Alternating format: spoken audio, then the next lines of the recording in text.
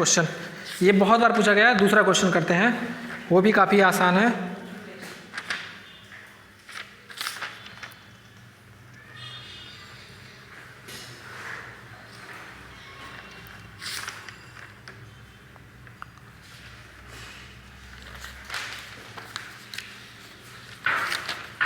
Question लिखो दूसरा, बहुत आसान है। देखो ये क्वेश्चन इसलिए आसान है, इसलिए क्वेश्चन ये पूछा जाता है क्योंकि इसमें कोई फंक्शनल नहीं दिया है, तो आपको एक्सट्रीमल बनाना पड़ेगा।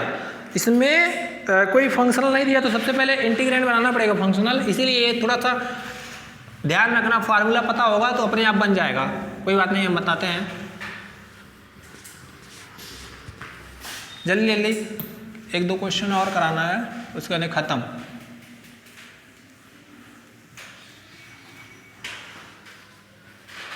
क्या हुआ, भूख लग गई है, चक्कर आ रहा है, अच्छा नहीं लग रहा क्या तुम लोग को पढ़ना? क्वेश्चन, नेक्स्ट क्वेश्चन अच्छा लगा, लिखो एमंग, क्वेश्चन लिखो, question among all the curve, among all the curve joining two points, joining two given points, joining two given points x naught comma y naught,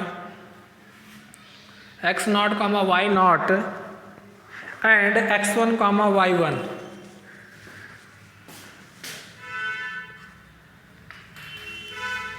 and x1 comma y1 and x1 comma y1, ठीक है। find the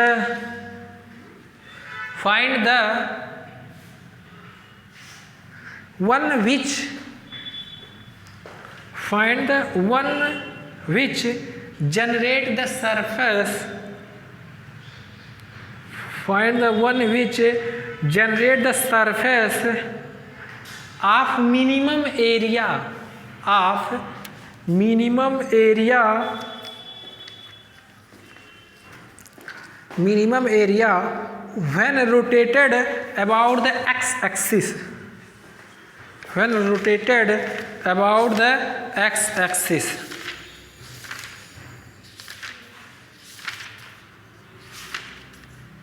when rotated about the x-axis, ठीक है। मिटाए, हो गया? पागल हो जाएंगे क्या हम, लग रहा है। चलो क्वेश्चन समझ में आया? कह रहा है, देखो पढ़ो ध्यान से, कह रहा कि कोई दो पॉइंट्स हैं जिनको ज्वाइन किया गया जा रहा है, तो ज्वाइन, जब दो पॉइंट्स को ज्वाइन करोगे अलग अलग पॉइंट से तो कुछ रीजन मिलेगा, फिगर मिलेगा, तो उसका सरफेस एरिया, फार्मूला पढ़े हो सरफेस एरिया जैसे फर्स्ट ईयर में?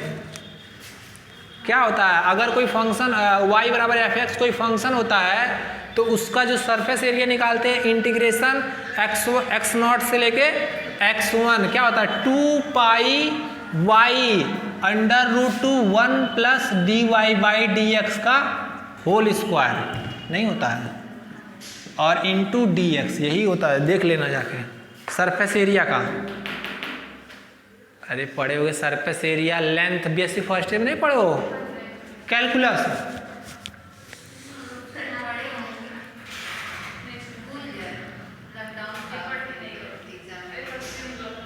देखो लेंथ का एरिया, जब सिंपल एरिया पूछता है तो क्या होता है y dx, ठीक है, और लेंथ जब पूछता था तो क्या होती थी, लिखते थे dx बाई dt का whole square plus dy by dt का whole square into dt।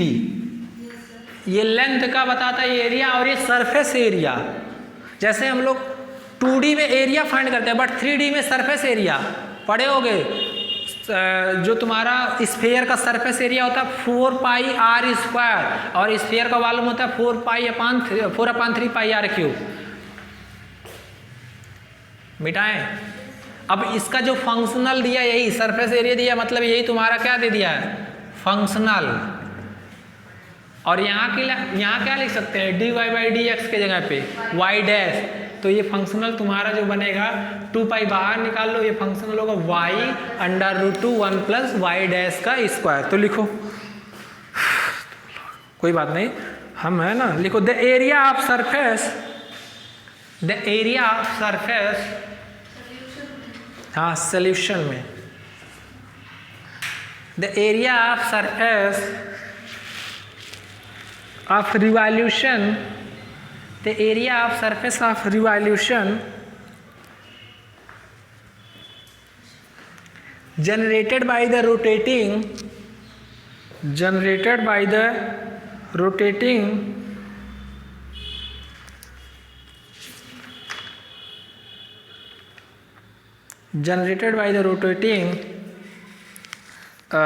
about the generated by the rotating लिख लिए आप लोग, the curve y equal to y x, नहीं the curve y equal to y x, y equal to y x about the x axis, about the x axis is equal to ये लिख लेना, integral x naught से x1 2 pi y integrate square root of 1 plus d y by d x का whole square, this is 1 plus d y by,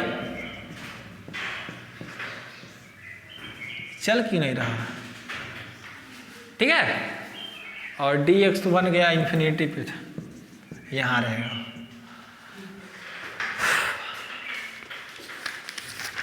अब लिखो थोड़ा सा, so we want to find the curve, so we want to find the curve for which the functional,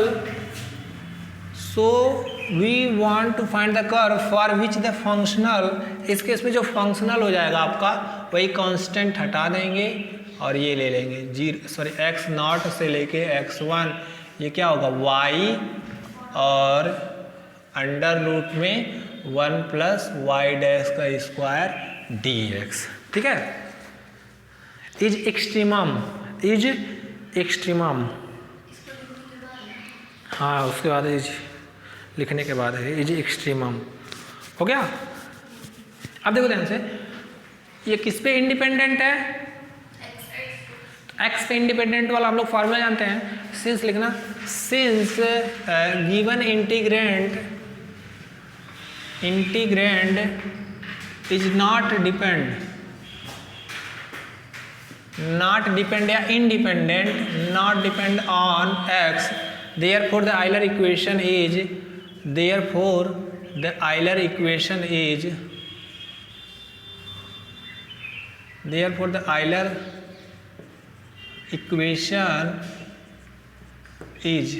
4 घंटा पढ़ सकते हो ना,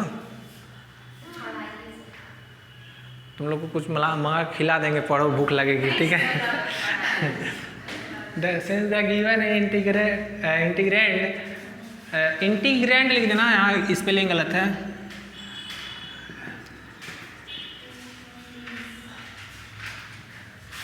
आज जब दीपांजलि कह रही तो अब पढ़ा ही देंगे, डेली उसमें ज़्यादा पढ़ाना नहीं है, छोटा सा, अब तुम्हारा सांस फूलने लगा। Since the given integrand does not depend on x, therefore the Euler equation क्या होता है जी, f minus y dash equal to, यही होगा ना, हियर इक्वेशन फर्स्ट, हियर देखना f इक्वल टू क्या होगा जी, y upon 1 plus y dash का स्क्वायर, कोई दिक्कत, तो ये तो पूरा रहेगा, माइनस वाई डैश रखो और इसका वाई डैश के रिस्पेक्ट में डिफरेंशिएशन, तो वाई डैश के रिस्पेक्ट में पार्शियली डिफरेंशिएशन करोगे तो यहाँ लिख दे रहे हैं हम एफ वाई डैश की जो वैल्यू होगी वो तो वाई तो कांस्टेंट होगा, बाकी ये 1/2 टाइम्स शिफ्ट होगा और ये होगा वाई डैश और ये होगा अपान 1 प्लस वाई डैश का स्क्वायर, यही आएगा ना, नहीं आएगा, तो यहाँ रख देंगे वाई वाई डैश, 2 कट नहीं जाएगा, फिर इसका 2 1 प्लस वाई डैश का स्क्वायर इक्वल टू सी। देखो इधर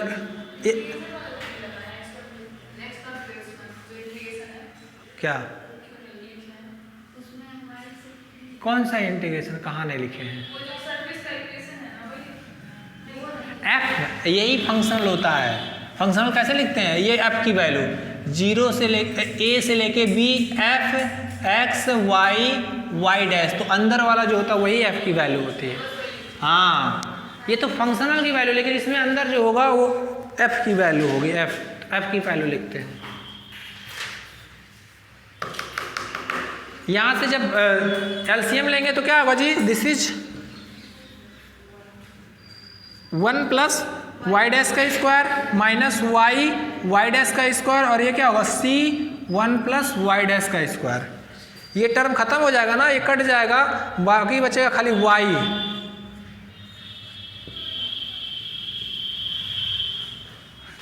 मल्टीप्लाई करोगे वाई वाई डैश का स्क्वायर कैंसिल, तो बचेगा क्या?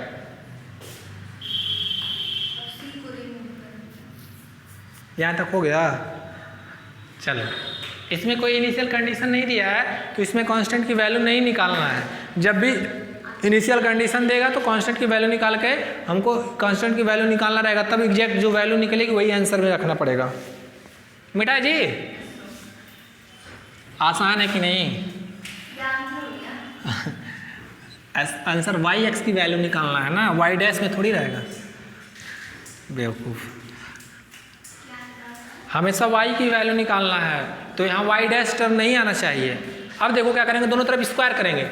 y square equal to c square, ये क्या होगा? 1 प्लस वाई डैश का square, y square equal to c square plus c square y dash का स्क्वायर। इसको इधर लिखो, सी स्क्वायर वाई डैश का square y square minus c square, y dash का square equal to y square minus c square upon c square. Y dash की value root में y square minus c square सी square upon सी। कोई दिक्कत?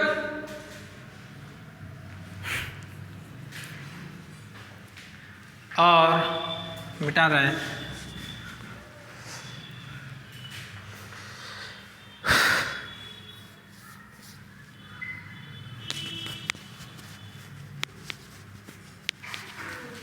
इसको क्या लिख सकते हैं? dy by d x, this is dy by d x root में y square minus c square upon c by separation of variable, separating variable, तो dy upon root y square minus c square, और this is d x upon c. ठीक है, कोई दिक्कत? No दिक्कत। ये direct integration होता है किसका?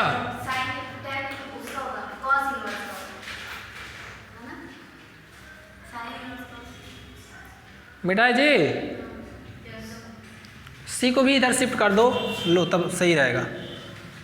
दिस इज डी एक्स और ये सी डी वाई। अब ये डायरेक्ट कॉस हाइपरबोलिक का फॉर्मूला होता है। हाँ, लिख दे रहे हैं। क्या लिखा इधर? कॉस हाइपरबोलिक सी बचेगा, सी एक टर्म, और ये वाला खाली ये तुम्हारा देगा cos hyperbolic inverse x by c, और ये होगा एक्स प्लस सी वन। क्या हुआ?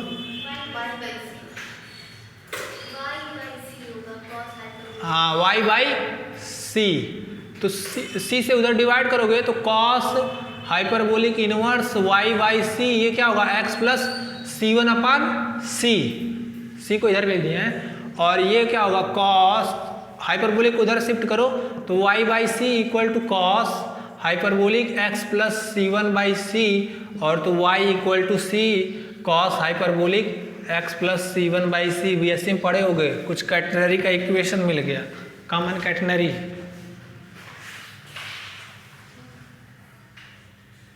बस ये आंसर हो गया। ठीक है, एग्जाम्पल नंबर 3 बहुत ही आसान है, कुछ है ही नहीं। एग्जाम्पल नंबर 3 और बता दे रहे हैं कौन कौन सा क्वेश्चन तुम लोग को करना है। सब में बस जो भी इंटीग्रेंड दिया रहेगा, कौन है, जो भी इंटीग्रेंड दिया रहेगा उसको क्या करना है, ये आइलर इक्वेशन में रख देना। अगर कोई डिपेंडेंट नहीं रहेगा, मतलब कोई किसी पे इंडिपेंडेंट नहीं रहेगा, मतलब किसी पे ऐसे कहा जाए कि जो फंक्शनल होगा वो तीनों टर्म कंटेन करे, एक्स वाई वाई डैश, तो उस केस में आइलर इक्वेशन लिखेंगे। कौन सा? Del f by del y minus d by d x del f by del y dash पे वैल्यू रख के सॉल्व करेंगे। और बाई द वे भूल भी जाता है तुम लोग को ये फार्मूला कि कब मान लो एक्स पे डिपेंड ना हो, वाई पे डिपेंड ना हो, तब तो तुम लोग वही मेन फार्मूला से मतलब उसको रखना, अपने आप वही वैल्यू आएगी, अलग नहीं आएगा। समझ में आया? अगर तुम लोग यही फार्मूला खाली याद रखते हो, del f by del y minus d by d x del f by del y dash equal to 0, सारा क्वेश्चन इसी फार्मूले रखोगे तब भी आएगा। लेकिन ये जो केसेस बनाए वो उससे फार्मूला थोड़ा छोटा होता है, तो तुम लोग को डिफरेंशिएशन कम करना पड़ेगा, कैलकुलेशन कम करना पड़ेगा। ठीक है, ऐसा नहीं है। तो वही हम कह रहे हैं, मान लो बाय द वे भूल भी जाता है तो ऐसे छोड़ के मत आना, इस फार्मूले पे लगाना, वही सेम आंसर आएगा। ठीक है, बस थोड़ा सा कैलकुलेशन लेंदी होगा। तो तुम लोग को करना क्या है बता दे रहे हैं कौन कौन सा क्वेश्चन।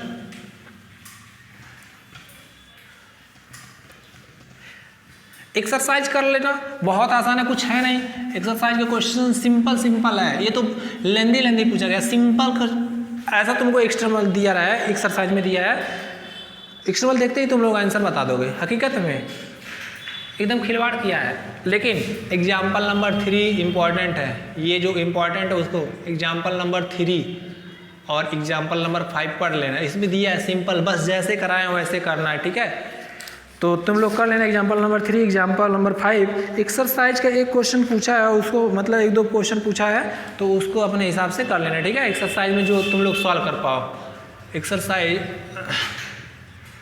तो अपने हिसाब से जो तुम लोग को लगेगा अच्छा है वो सॉल्व कर लेना। ठीक है, लेकिन इतना काफ़ी है, प्रोसेस पता हो गया तब भी कर ले जाओगे। और मान लो तुमको इंटीग्रेशन नहीं पता तो यहाँ जरूरी नहीं कि काशी हाइपरबोलिक में लिखें, तुम लोग वैल्यू पुट करके अलग में आएगा, बस आंसर आ जाए किसी के बेटर में तो सही है। ठीक है, ये जरूरी नहीं कि काश हाइपर, जब प्रूव करना रहेगा कि प्रूव करो तब उस केस में काश हाइपरबोलिक प्रूव करना। ठीक है, चलो अब हम लोग आते हैं लास्ट पे, 2 क्वेश्चन और कराते हैं। एक क्वेश्चन करा देते हैं और जो भी सब दिया फालतू दिया, इस पढ़ने की जरूरत नहीं है। हम लोग डायरेक्ट जो लास्ट में क्वेश्चन आता है उसको करते हैं। तो सबसे पहले बताते हैं आइसोमेट्रिक प्रॉब्लम क्या होता है। आइसोमेट्रिक प्रॉब्लम बता दे रहे हैं। देखो यहाँ तक किसी को कोई डाउट कुछ पूछना ट्राई करना नहीं आएगा तो हम फिर आएंगे अपने आप। तुम लोग को ये जानो कि डिफरेंशियल इक्वेशन है, कुछ करना नहीं है, डिफरेंशिएशन करना है, फिर इंटीग्रेशन करना है, वैल्यू निकालना है कांस्टेंट की। अगर इनिशियल कंडीशन दिया है तो कांस्टेंट की वैल्यू निकाल के रख देना है।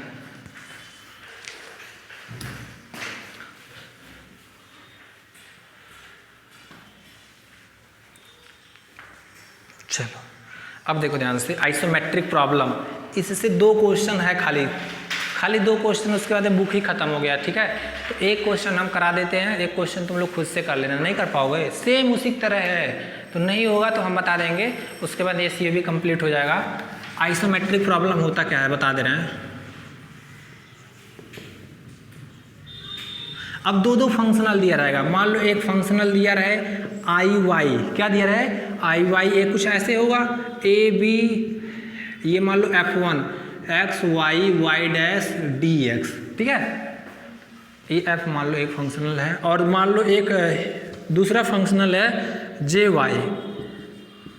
ठीक है, A to B, ये मान लो इसको नाम दे दिए gx y y dash dx।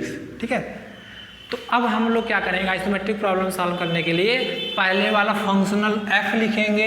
ठीक है, पहले वाला फंक्शनल को f लिखेंगे प्लस दूसरे वाले में लैम्डा मल्टीप्लाई करेंगे g,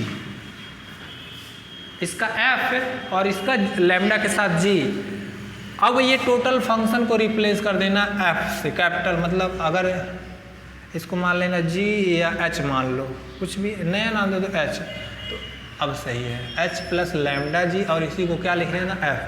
सेम प्रोसेस अब इस दोनों फंक्शन में कंटिन्यू होगा। अब हम लोग आइलर इक्वेशन लगाएंगे किस पे, डेल एफ अपन डेल वाई होता है ना, तो एफ के जगह पर क्या हो जाएगा, h plus lambda g minus d by d x h plus lambda, sorry क्या होता है, del upon del y dash, और यहाँ क्या होगा एच प्लस। अब इससे हम लोग सॉल्व करके सोल्यूशन निकाला जाएगा, समझ में आया। इसमें क्या किया जाएगा, दो फंक्शनल दिया जाएगा, तो जो इंटीग्रेंड होंगे, एक इंटीग्रेंड पहला वाला लिखेंगे, उसके बाद दूसरे इंटीग्रेंड को लैम्डा के साथ ऐड कर देंगे, तो एक नया वैल्यू फंक्शन आएगा, उस पर देख के हम लोग अप्लाई करेंगे। क्वेश्चन लिखो, ये क्वेश्चन बहुत हाँ लिख लो, नोट कर लो, आइसोमेट्रिक प्रॉब्लम, फिर ये लिख लो और फिर ये लिख लो, बस। पहले आइसोमेट्रिक प्रॉब्लम में ये मान लो गिवन है, देन आइलर इक्वेशन जो होगा ये अप्लाई करेंगे।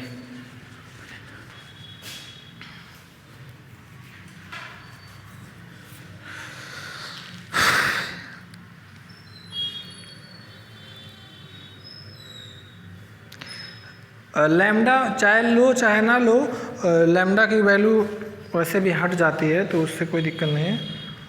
कहीं कहीं लेते हैं लैम्डा, कहीं कहीं पाई ले लेते हैं।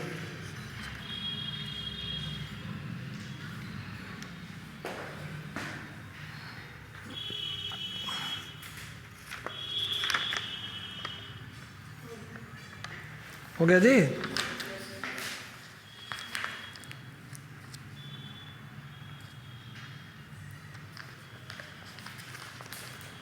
कोई दिक्कत? नो दिक्कत।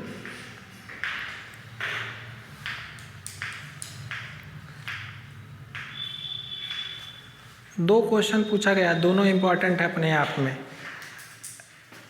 पहले बता दे रहे हैं, जो दो कराए हैं हम और दो एग्जाम्पल दिए उसको कर लेना अपने मन से, इजी है। और इधर का दो क्वेश्चन है, तो एक करा दे रहे हैं और एक खुद कर लेना, सेम सिंपल है सभी लोग। छोड़ना नहीं, पहले बता दे रहे हैं, इंपॉर्टेंट है, छोड़ना नहीं, कर लेना, नहीं तो फिर ये मेरी गलती मत देना कि सर नहीं करवाया है। जो कम से कम कह रहे हैं उसको पढ़ के जाना। क्या पता दो है, हम मान लो एक कराएं और दूसरा तुम लोग करो ये ना, तो वही आ जाए, तो मतलब मेरा पढ़ाया हुआ बेकार, ठीक है। तो इसीलिए खुद से मतलब एक क्वेश्चन हम करवा देंगे, सेम उसी की तरह है। चलो क्वेश्चन लिखो। जैसे इसके पहले जो फंक्शनल दिया नहीं था, बस ये कहा था कि एक्स नॉट वाई नॉट कोई पॉइंट है और एक्स उन दोनों से ज्वाइनिंग करने वाला जो भी एक आपका रीजन मिलेगा, उन पर सरफेस एरिया नाम लिया। तो हाँ हम लोग पहचान गए कि जो तुम्हारा मतलब हम लोग का जो फंक्शनल बनेगा वो 2 pi y under root 2 1 plus y dash square के फॉर्म में बना था, ठीक है। तो ऐसे इसमें भी दिया, तो लिखो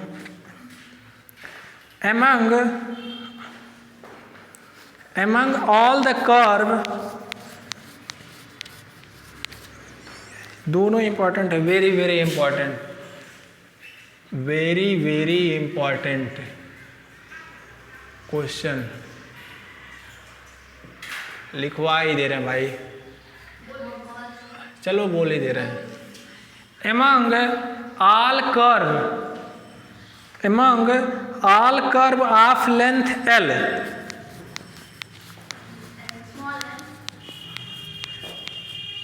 देखो और दो क्वेश्चन है, पहले बता दे रहे हैं। अगर मान लो तुम लोग को सेट करने नहीं आया फंक्शनल, तो याद कर लेना, खाली दो ही क्वेश्चन का याद करना है। सरफेस एरिया वाला तो बता ही दिए हैं और ये वाला करा रहे हैं, ये समझा दे रहे हैं, अपने आप तुम लोग कर भी लोगे, लेकिन 2 बार प्रैक्टिस करके जाना, तो आपकी अपने आप तुम लोग को पता चलेगा कौन सा फंक्शनल बनेगा, ठीक है।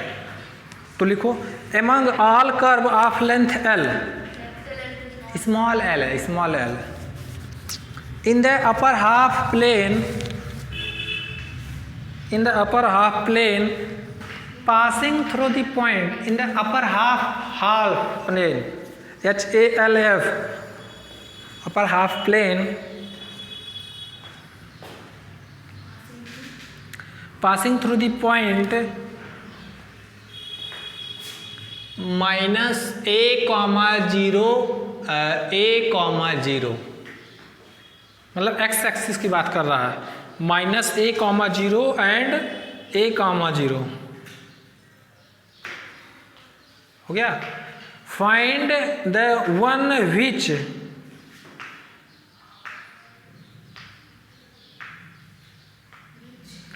find the one which together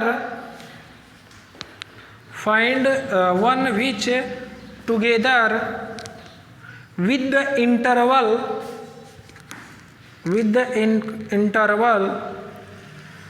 minus a comma a minus a comma a encloses the largest area encloses the largest area। हो गया।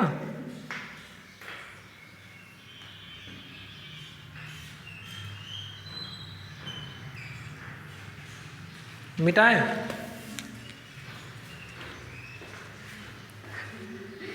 मिटा दिया ऑलरेडी। चलो क्वेश्चन देखो, कह रहा among all curve of length in the upper half plane. देखना ये तुम्हारा हाफ प्लेन होगा, अपर हाफ प्लेन यही, ठीक है। ये वाला a कॉमा 0 कहीं यहाँ पॉइंट होगा और माइनस a कॉमा 0 कहीं यहाँ पॉइंट होगा। कोई दिक्कत? कह रहा among all the curve of length, वो सारे एल लेंथ के कर्व अपर हाफ प्लेन में होंगे जो किस पॉइंट से पास हो रहे हैं, माइनस a कॉमा 0 से और a कॉमा 0 से। तो कह रहा find one which together with the interval minus a comma a, मतलब इस इंटरवल में जो पास कर रहा है उससे कुछ रीजन बनेगा तो उसका लार्जेस्ट एरिया क्या पूछा है। तो सबसे पहले आपका दो इन्फॉर्मेशन दिया, एक लेंथ दिया है और एक क्या दिया है, एरिया। तो अभी बताए हैं जो एरिया के लिए एक्सट्रीमल होता है y/dx और लेंथ के लिए वो जो लिखा है तो वो पैरामेट्रिक फॉर्म में था। वैसे जनरली लेंथ के लिए होता है 1 प्लस dy/dx का, पढ़े होगे टेंसर में भी पढ़े होगे लेंथ निकालना, टेंसर में भी निकलवाए होंगे कर्व इन स्पेस में एस की वैल्यू, ठीक है। तो ये तुम्हारा क्या बताता है, लेंथ। कोई कर्व y बराबर एफ एक्स है तो उसका लेंथ निकालने के लिए फॉर्मूला यही होता है, रूट में 1 प्लस dy/dx का होल स्क्वायर x0 से x1 और dx, और एरिया क्या होता है y/dx, कुछ इसका भी दिया होगा, ठीक है। तो दो फंक्शनल साथ साथ दिख रहे हैं, एक एरिया का और एक, ठीक है। तो देखना एक फंक्शनल इसका मान लो कुछ मान लिए थे हम, तो f क्या बनेगा, देखना f पहला वाला ये फंक्शनल y प्लस दूसरे वाले में क्या जोड़ेंगे लैम्डा, और ये क्या हो जाएगा 1 प्लस, बताए थे ना पहले इसका functional plus lambda into this functional. तो जो तुम्हारा f बनेगा वो क्या हो जाएगा y plus lambda 1 plus y dash का स्क्वायर। अब इसमें हम लोग ये किस पे इंडिपेंडेंट, सॉरी किस पे डिपेंडेंट नहीं है, हाँ किस पे इंडिपेंडेंट x पे, तो वो फॉर्मूला लगा देंगे, फिर वहाँ से हम लोग वैल्यू निकाल लेंगे। आसान है कि नहीं, चलो करते हैं। तो लिखवाते हैं बारी बारी से।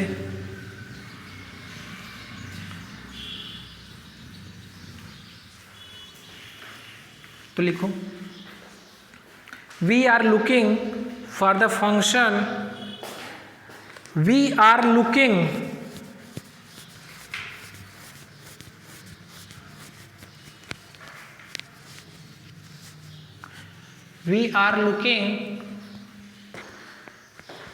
for the function y equal to yx, for which the integral jy integral minus a to a y dx। ये कौन सा देगा, एरिया वाला, ठीक है। लिखो takes the largest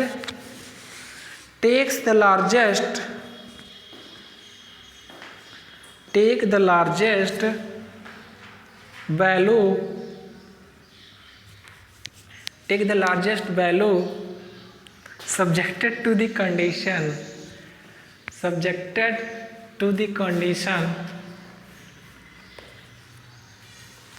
subjected to the condition. यहाँ देखो कंडीशन, जब x की वैल्यू -a है तो y की वैल्यू क्या है 0। जब x की वैल्यू a है तो y की वैल्यू 0। तो जो कंडीशन बनेगा वो क्या होगा, जब x की वैल्यू -a है तब भी y की वैल्यू 0, और जब x की वैल्यू a है तब भी y की वैल्यू 0, यही तो बनेगा। और उस केस में जो दूसरा जो फंक्शनल होगा k y, ये आपका हो जाएगा, दिस इज -a से a, और ये क्या होगा 1 + y² dx, और यही दिया है लेंथ l दिया है ना।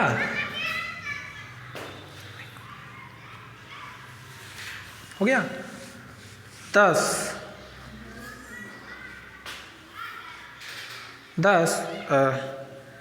बाई आइसोमेट्रिक प्रॉब्लम, या 10 यूज आइसोमेट्रिक प्रॉब्लम, बाई लिखते हैं 10 by isometric problem. Isometric problem भी पता है ना, 10 by isometric problem we form the functional 10 by isometric problem, we form the functional, क्या करेंगे, पहले वाले फंक्शनल को लिखेंगे, दूसरे वाले के साथ लैम्डा जोड़ेंगे।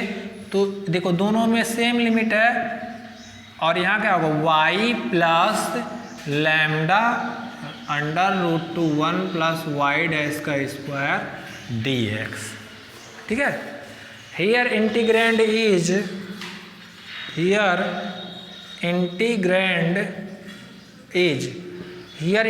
इज क्या होगा, f = y + lambda √2 1 + y² which is independent on x, which is independent on x। ये x पे क्या है, इंडिपेंडेंट। समझ में आया यहाँ तक, कोई दिक्कत? अब जब x पे इंडिपेंडेंट है तो हम लोग फिर क्या करेंगे, चलो तो उस केस में फॉर्मूला मिटा दें पूरा। ये लास्ट का 2 क्वेश्चन बहुत ही इंपॉर्टेंट है, अगर समझ में भी नहीं आए तो रट के जाना, पहले बता दे रहे, लेकिन हम समझा दे रहे कि पॉइंट मान लो भूल गया, ठीक है। तो दोनों क्वेश्चन, ये जो उधर का तो कोई प्रॉब्लम नहीं, ये जो आइसोमेट्रिक का 2 प्रॉब्लम है, एक तो हम करा दे रहे हैं, दूसरा बता दे रहे हैं, उसको एकदम जुबान पे याद रहना चाहिए, पहले बता दे रहे हैं। अभी आज पढ़ाने के बाद जाके दूसरा क्वेश्चन ट्राई करना, हो जाएगा। देन आइलर इक्वेशन क्या होगा जी, then Euler equation f - y' del f by del y' = c, यही होगा ना, कोई दिक्कत? या डायरेक्ट हम लोग आइलर इक्वेशन से भी लगा सकते हैं, आइलर इक्वेशन से लगा दें, इससे तो लगा ही लोगे। हाँ इससे तो लगाए हैं, अच्छा ठीक है, इसी से लगाओ।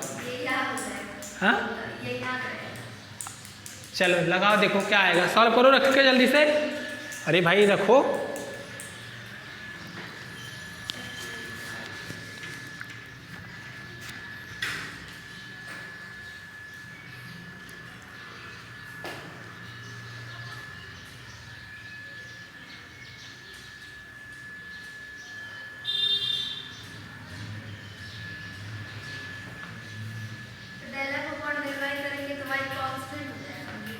हाँ del f by del y, y कहाँ करेंगे, हाँ खाली y डैश करेंगे।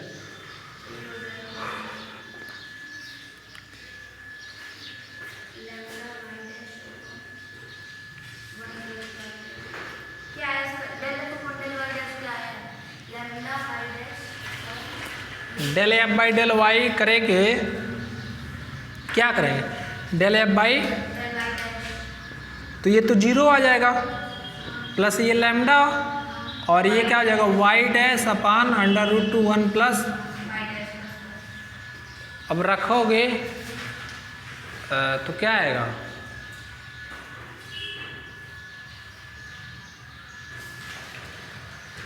y का टर्म आ जा रहा है।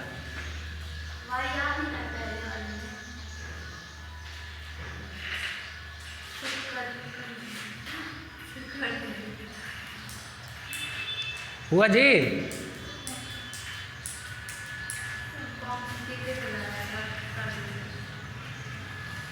करो तुम लोग, देखो क्या आ रहा है।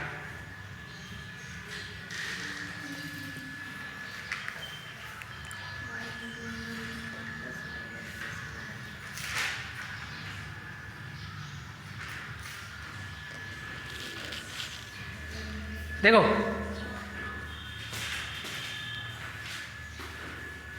ये जो फंक्शनल है y है, ये इसी को हटाने के लिए हम अगर जो मेन आइलर इक्वेशन से लगाएंगे, इससे थोड़ा कॉम्प्लिकेटेड आ जाएगा, डबल कांस्टेंट आ जाएगा इस वाले से। जैसे इस वाले से लगाएंगे तो ये तो आसान है ही, लेकिन ये y वाला एलिमिनेटेड नहीं होगा और इससे डबल कांस्टेंट आएगा। अब हम डायरेक्ट अगर आइलर फार्मूला से लगाते हैं तो उससे और आसानी से आ जाएगा। इससे वाला करोगे तो क्या आएगा, देखा f की वैल्यू रखो तो y plus lambda √1 plus y dash का स्क्वायर माइनस y डैश, और del f by del y करेंगे y डैश का तो क्या आ जाएगा, lambda y dash upon √1 plus lambda का स्क्वायर, और इधर कांस्टेंट c, और इसका मल्टीप्लाई करेंगे तो देखना क्या आता है, y प्लस, हाँ खाली इसी में कर रहे हैं, इसको ऐसे रहने दे रहे हैं। दिस इज ये क्या हो जाएगा 1 प्लस वाई डैश का square minus lambda y dash का square upon 1 plus y dash का स्क्वायर इक्वल टू c। तो y प्लस ये खत्म, lambda upon √1 plus y dash का स्क्वायर c, ये आएगा क्यों, और इसमें y टर्म आ जा रहा है, नहीं तो y माइनस C2 1 अपान इसको लैम्डा, नहीं इसमें दिक्कत कर जाएगा इसमें, क्योंकि फिर इसके बाद में इधर इसको करो y माइनस c, और ये क्या होगा जी, इसको इधर इसको वहीं रहने दो, इसको लिख सकते हैं c माइनस वाई, और फिर मल्टीप्लाई करते हैं ये लैम्डा का square upon 1 plus y dash का स्क्वायर, फिर उसको 1 प्लस वाई डैश का स्क्वायर,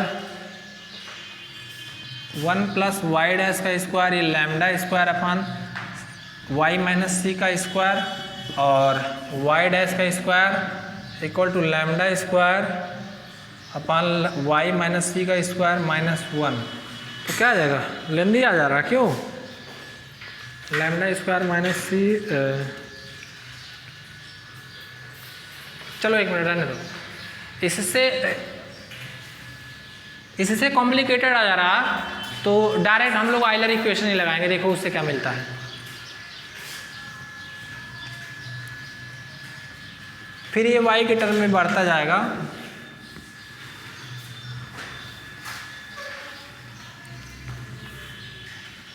तुम लोग ट्राई करना, अगर आ जाए तो ठीक है, क्योंकि कॉम्प्लिकेटेड हो जा रहा है ये। इधर देखो, जब आइलर इक्वेशन लिखेंगे del f by del y minus d by d x del f by del y dash equal to 0, यही होता है ना आइलर इक्वेशन, क्योंकि ऑलरेडी पहले हम उस फार्मूले से करा चुके हैं, इससे भी हो जाएगा, आसान है, इससे भी देखना पहले ही बताए थे। कोई हथियार आपके पास नहीं बचेगा तो ये लास्ट है, मतलब इससे करोगे तो पक्का आएगा, उससे भी आएगा, उससे थोड़ा छोटा, लेकिन देखो वहाँ ये फॉर्मूला लगाने कॉम्प्लिकेटेड हो जा रहा है। तो इससे जब करेंगे तो देखो क्या आएगा, del f by del y, जो एफ था आपका क्या था, y plus lambda under root 1 plus y dash का स्क्वायर, यही था ना जी, यही था एफ। अब इसका वाई के रिस्पेक्ट में पार्शियली डिफरेंशिएशन करेंगे तो क्या वैल्यू आएगी, 1 आएगा, तो लिख दो 1 माइनस, अब उसका डेल वाई के डैश के रिस्पेक्ट में डिफरेंशिएशन करेंगे तो ये डी बाई डी एक्स, फिर क्या आएगा जी, लैम्डा वाई डैश अपान, देखो कितना आसान, अब वाई का टर्म गायब हो गया इसीलिए, ठीक है। अब लैम्डा को क्या कर रहे हैं, बाहर कर दे रहे हैं, इधर लैम्डा को बाहर कर दे रहे हैं, डी बाई डी एक्स, और यहाँ क्या कर दे रहे हैं, y dash upon under root 1 plus y dash का स्क्वायर इक्वल टू 0। कोई दिक्कत? अब क्या कर रहे हैं, दोनों तरफ x के रिस्पेक्ट में इंटीग्रेशन कर दे रहे हैं, दोनों तरफ x के रिस्पेक्ट में integration both side with respect to, integrating equation first मान लेना, both side with respect to x। तो जब इसके साथ 1 का करेंगे तो यहाँ क्या आएगा x, और ये देखो इंटीग्रेशन डिफरेंशिएशन कैंसिल हो जाएगा तो यहाँ क्या बचेगा, खाली लैम्डा, और यहाँ क्या आ जाएगा, y dash upon 1 plus y dash का स्क्वायर, एक नया कांस्टेंट c1, ठीक है। चलो अब हम देखना, लिखो यहाँ तक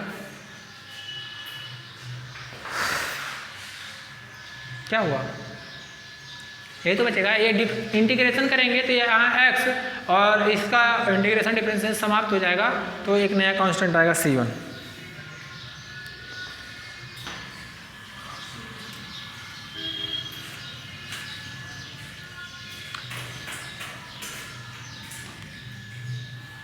उससे थोड़ा कॉम्प्लिकेटेड हो जा रहा था, ऐसा नहीं आएगा, नहीं आएगा, लेकिन उससे थोड़ा सा कॉम्प्लिकेटेड हो जा रहा था। अब क्या करेंगे, देखो C1 को इधर भेजो, इसको इधर भेज दे रहे हैं, ठीक है। तो यहाँ क्या लिख सकते हैं, देखना ध्यान से, x माइनस C1 और ये क्या होगा, lambda y dash upon under root 1 plus, हाँ स्क्वायर करेंगे, x माइनस C1 का स्क्वायर, ये क्या होगा, लैम्डा वाई डैश का square plus 1 by y dash, lambda square y dash, ठीक है। मल्टीप्लाई करोगे तो ये क्या हो जाएगा, इसका इसमें मल्टीप्लाई करोगे तो x माइनस C1 का स्क्वायर प्लस वाई डैश का स्क्वायर, x माइनस C1 का square equal to lambda square y dash का स्क्वायर, ये मिलेगा। इसका डायरेक्ट इसमें मल्टीप्लाई किए हैं, तो एक बार 1 के साथ, एक बार वाई डैश के स्क्वायर के साथ, ठीक है।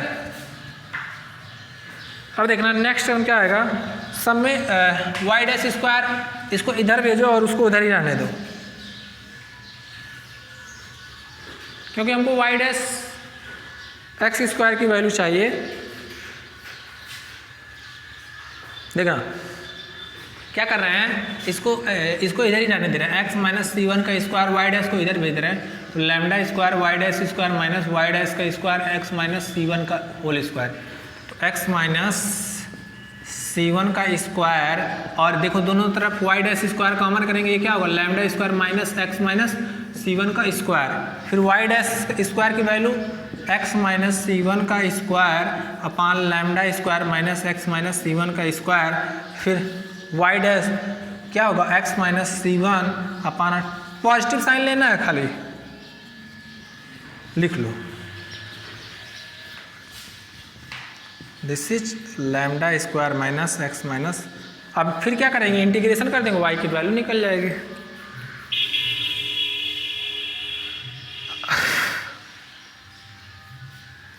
अब क्या करेंगे जी, पुट, देखना यहाँ x minus C1, put x minus C1 equal to t, तो हम डायरेक्ट लिख दे रहे हैं, तुम लोग पुट उट करके लगा लेना, तो जो आएगा हम डायरेक्ट लिख दे रहे हैं, जब पुट करके लगाओगे तो ये ऐसे आएगा, y माइनस C2, एक नया कांस्टेंट आएगा, इंटीग्रेशन करेंगे इधर C2, तो C2 को इधर शिफ्ट करेंगे और ये होगा माइनस का lambda square x minus C1 का होल स्क्वायर, ये आएगा। ठीक है, फिर क्या करेंगे, दोनों तरफ क्या करेंगे, हाँ भाई इधर y आएगा और इधर एक नया कांस्टेंट C2 आएगा, C2 को इधर भेज दिए और बाकी ये जब इंटीग्रेशन करोगे तो इतना ही आएगा lambda square minus x minus C कर दे, क्या हो जाएगा, सिंपल सा। क्या करना, put lambda square minus x minus C1 का होल स्क्वायर बराबर टी पूरा पूरा, तो ये 2 टाइम आ जाएगा और वहाँ से एलिमिनेट कर दोगे। तो ये दोनों तरफ जब होल स्क्वायर करेंगे तो क्या आएगा, lambda square minus x minus C1 का होल स्क्वायर, और ये क्या मिलेगा जी, x माइनस C1 का whole square plus y minus C2 का whole square equal to lambda का स्क्वायर। यहाँ तक कर दोगे 10 नंबर में आएगा, तभी 8 नंबर मिल जाएगा। लेकिन ये आंसर नहीं है, ये आंसर है नहीं, हमको इनिशियल कंडीशन भी दिया है, यहाँ से कांस्टेंट की वैल्यू निकालना है, ये अपने आप में बड़ी चीज़ है।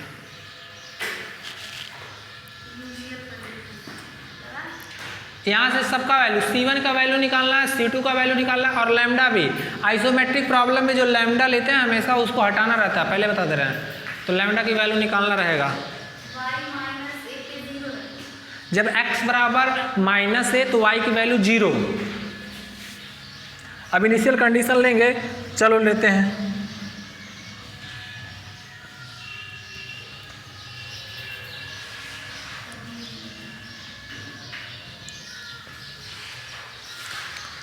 लगाओ तुम लोग इनिशियल निकालो, तब तक हम भरे।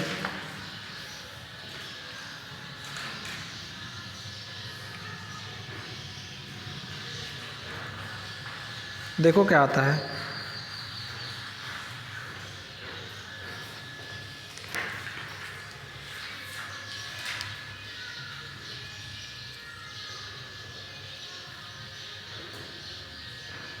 लग रहा है एक दिन और लेना पड़ेगा क्या जी।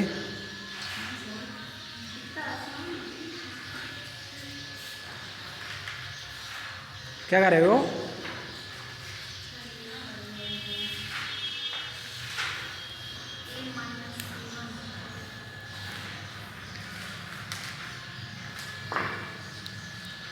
देखो इधर देखो, यहीं से देखो, जब y minus a equal to 0, जब x की वैल्यू माइनस ए होगी तो y की वैल्यू क्या होगी, 0।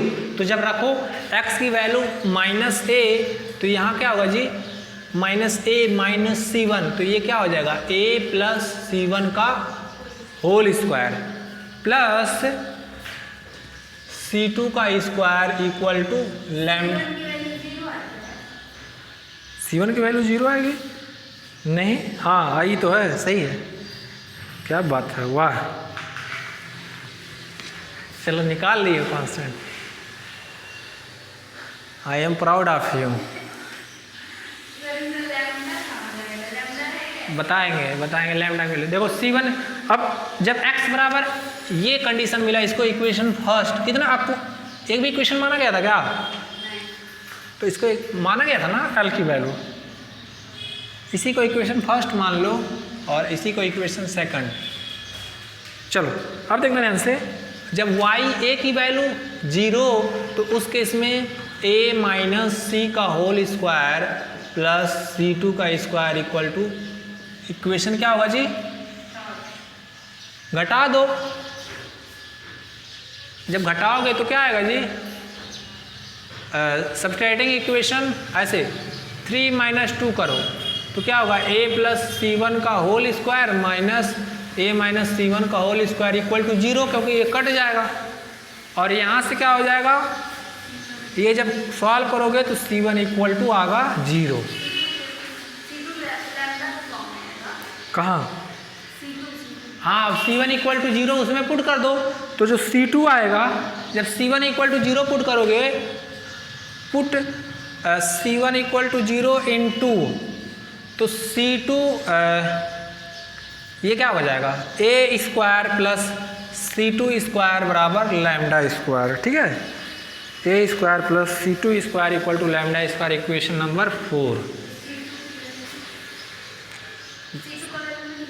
सुना रहा है बस, अभी ये निकल जाएगा, टेंशन ना। लैम्डा की वैल्यू निकालेंगे, C2 की वैल्यू, पहले लैम्डा की वैल्यू निकाल लेंगे फिर C2 की निकाल लेंगे। ठीक है, हो गया। चलो अब देखना ध्यान से आप लोग, स्टार्टिंग में जो L डिफाइंड किए थे, L इक्वल टू क्या था, इंटीग्रेशन माइनस ए से a under root 2 1 plus y dash का स्क्वायर डी एक्स। कोई दिक्कत?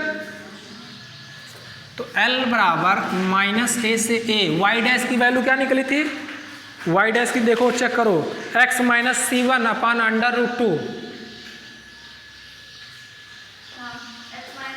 तो जब इसको रखोगे तो y डैश का स्क्वायर, तो यहाँ क्या होगा, x माइनस C1 का होल स्क्वायर अपान, अरे ये whole square lambda square plus minus है x माइनस, और यहाँ क्या होगा dx। L बराबर माइनस ए से ए, ये ऊपर शिफ्ट होगा, ये देखना, इसको एलसीएम लेंगे तो ये लैम्डा स्क्वायर आएगा और x माइनस C1 से कैंसिल हो जाएगा, तो बचेगा क्या, ऊपर बचेगा lambda square upon lambda square minus x minus C1 का स्क्वायर। ठीक है, तो लैम्डा स्क्वायर भी हटा दे रहे हैं, ऐसे लिख दे रहे हैं लैम्डा और दिस इज स्क्वायर रूट और दिस इज, कोई दिक्कत?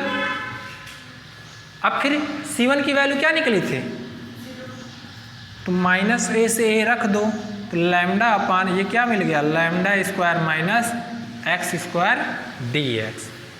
कोई दिक्कत? अब देखो ये किसका इंटीग्रेशन है, put lambda square minus x square बराबर टी, हाँ साइन इनवर्स एक्स का ही है, क्योंकि इवन फंक्शन है, x की जगह माइनस एक्स रखेंगे तो ये 2 टाइम्स मल्टीप्लाई हो जाएगा, होगा कि नहीं? अरे होगा x के जगह माइनस एक्स स्क्वायर, देखो कहीं भी कोई भी फंक्शन अगर 2 डिग्री का आता है सारे टर्म, तो इवन फंक्शन अपने आप हो जाएगा। ठीक है, देखो इवन फंक्शन, तो L बराबर जब इसका इंटीग्रेशन करेंगे तो 2 लैम्डा बाहर हो जाएगा और इसका इंटीग्रेशन करेंगे तो ये होगा sine inverse x by lambda, sine inverse x by lambda, और ये कहाँ होगा 0 से a, क्योंकि 2 ऑलरेडी लिख दिए हैं, इसीलिए जब लिमिट तुम्हारा चेंज हो जाएगा वो क्या हो जाएगा 0 से a। कोई दिक्कत? अब जब इस पर हम लोग लिमिट रखाएंगे तो L बराबर क्या आ गया, 2 lambda sign inverse a by lambda, यही आएगा ना, और 0 लेंगे तो साइन इनवर्स 0 की वैल्यू क्या होगी 0, तो देखना लैम्डा की वैल्यू क्या होगी, देखना क्या हुआ, कहाँ 2 लैम्डा नहीं होगा,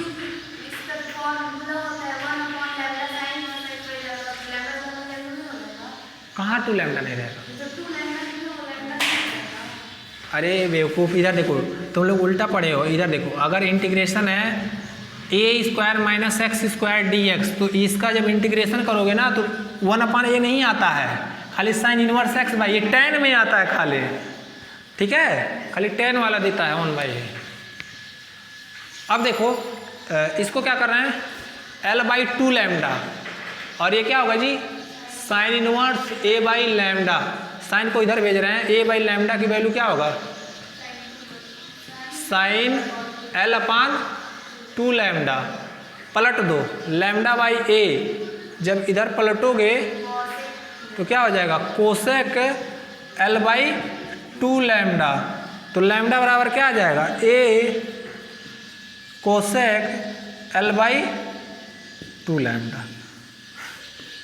ठीक है, हाँ अभी देखना आएगा, लिखो यहाँ तक लिखो, लैम्डा की वैल्यू लैम्डा फॉर्म में आया,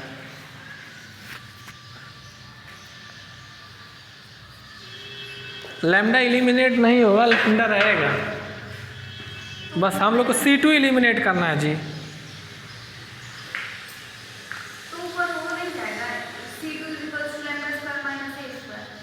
कहाँ, हाँ लिखो बता रहे हैं, बस हो गया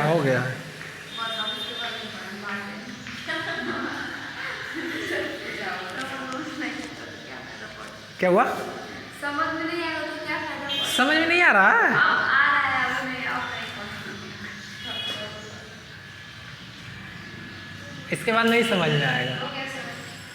ओके चलो अब देखो लैम्डा की वैल्यू वो जो निकाले थे हम लोग सी स्क्वायर,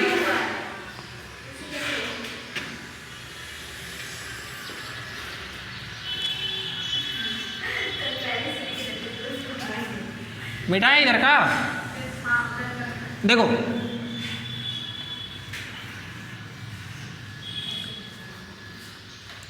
लैम्डा की वैल्यू कहाँ पुट करेंगे? जो निकला था a square plus c two square equal to lambda square, वहाँ से रखो तो सी टू की वैल्यू क्या आ गई? Put the value of lambda, put value of lambda in 4, तो सी टू की वैल्यू हम डायरेक्ट लिख दे रहे हैं, जब रखोगे तो ये आपका आ जाएगा a cot lambda by 2a। Identity लगाओगे cosec square theta equal to 1 minus cot square theta equal to 1 minus cosec square theta वाला आइडेंटिटी, ठीक है? कोई दिक्कत? बस हो गया। अब हमको C1 की वैल्यू मिल गया, C2 की वैल्यू मिल गया, ठीक है? अब क्या करेंगे? Use equation C1 C2, put the value of C1 and C2 in equation first, put value of C1 and C2 in equation first, we get. जब इक्वेशन फर्स्ट में रखेंगे तो तुम्हारा जो मिलेगा देखना ध्यान से, x माइनस, तो C1 की वैल्यू रखोगे तो 0, तो एक्स स्क्वायर प्लस C2 की जो वैल्यू मिलेगी y minus a cot lambda by 2a का whole square, this is a square cosec square l by 2 lambda, ठीक है?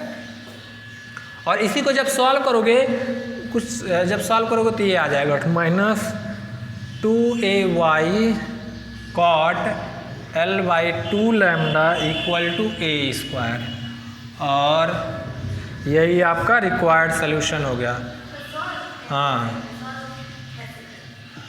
बस हो गया। अरे a प्लस बी का होल स्क्वायर ब्रेक कर देना, ए स्क्वायर प्लस बी स्क्वायर, ठीक है? बस यही।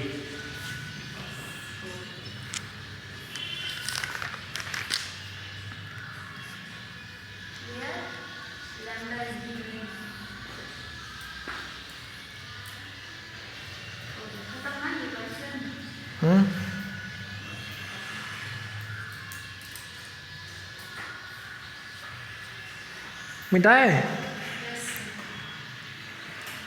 क्या हुआ? दूसरा क्वेश्चन लिख लो, तुम लोग करना, सभी लोग क्वेश्चन लिख दे रहे हैं और इसका फंक्शनल खाली बना दे रहे हैं, ठीक है? तुम लोग लिखना, मतलब इसको सॉल्व कर लेना। उसके बाद COB कंप्लीट। लग रहा आज कैलकुलस आप रेजिड्यू नहीं होगा।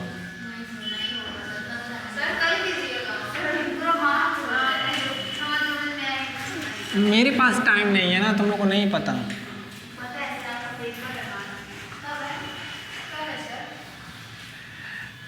हम मैम से इस बात को बोले भी है कि मान लीजिए जो जैसे कुछ छूटा है ये मैकेनिक्स वाला, तो हमको एक मैकेनिक्स पढ़ाने खाली डेली आना पड़ेगा, मेरा बहुत लॉस। तो हम मैम से कहें कि मैम आप ही पढ़ा दीजिए, तो मैम कह रही हैं इससे इम्पैक्ट पड़ेगा कि बच्चे सोचेंगे कुछ और कि सर को आता नहीं। क्या मजबूरी है इतना ज़्यादा? हाँ हाँ बहुत ज़्यादा, तो इसीलिए थोड़ा दिक्कत हो रही है, लेकिन क्या किया जाए, करना पड़ रहा है। चलो कुछ क्वेश्चन लिखो। Prove that sphere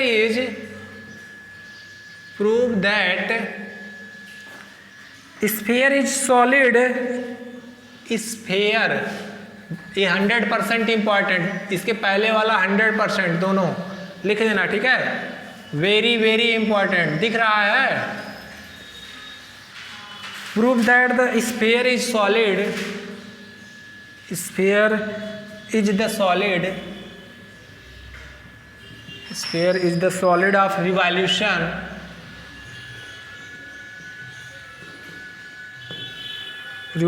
which for a given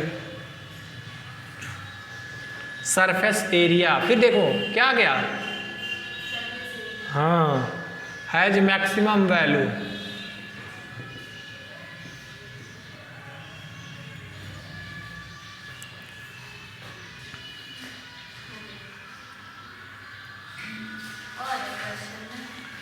volume दिया है ना, कह रहा prove that the sphere is the solid of revolution which for a given surface area has maximum value. तो देखो जो सरफेस एरिया रिवॉल्व यहाँ वॉल्यूम का भी देखा जाए केस है, तो एक वॉल्यूम पे बनेगा, मतलब हम बता दे रहे हैं एक जो फंक्शनल बनेगा तुम्हारा ऐसे होगा जे वाई, ये होगा माइनस कुछ कंडीशन भी दे दे रहे हैं माइनस ए से ए, और ये तुम्हारा होगा pi y square d x. Volume का होता है pi y square d x formula, जब basic first year calculus book खोलोगे, ठीक है। और दूसरा वाला सरफेस एरिया जो के वाई होगा वो माइनस ए से ए, अभी बताएं 2 pi y under root 2 1 plus, यही तो होता है ना, अभी पहले बताएं सरफेस एरिया वाला, ठीक है। ये सरफेस एरिया था ऊपर वाला वॉल्यूम।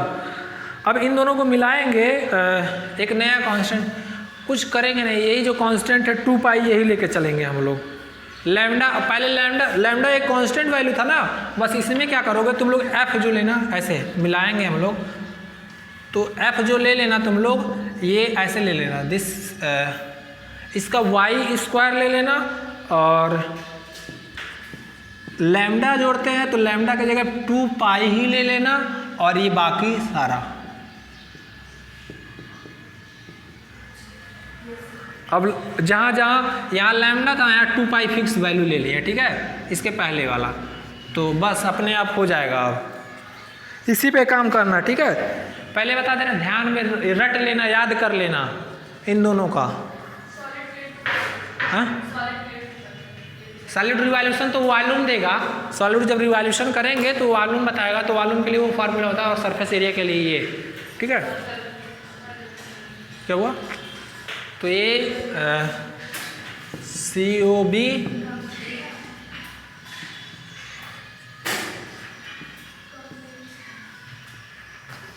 कर लेना। नहीं अगला लेक्चर में देखो ये नहीं होगा क्वेश्चन, तो इसको हम बताएंगे, एक बार ट्राई करना, ठीक है। और COB से रिलेटेड कोई भी डाउट हो तो अगला लेक्चर 1-1.5 घंटे का लेक्चर होगा। हाँ, कल ही ले लेंगे, सोच रहे कल ही ले लें, ठीक है, कल कंप्लीट कर दे, और कल COB का लेक्चर लेते हैं, और सेकेंड ईयर वालों को फिर एक दिन बुलाएंगे, LPP ख़त्म, फिर मैकेनिक्स चलेगा, ठीक है। टाइम रहेगा तो देखेंगे, नहीं तो मैम बोलेंगे मैम से, क्योंकि हमारे पास टाइम ही नहीं है, क्या बताएं।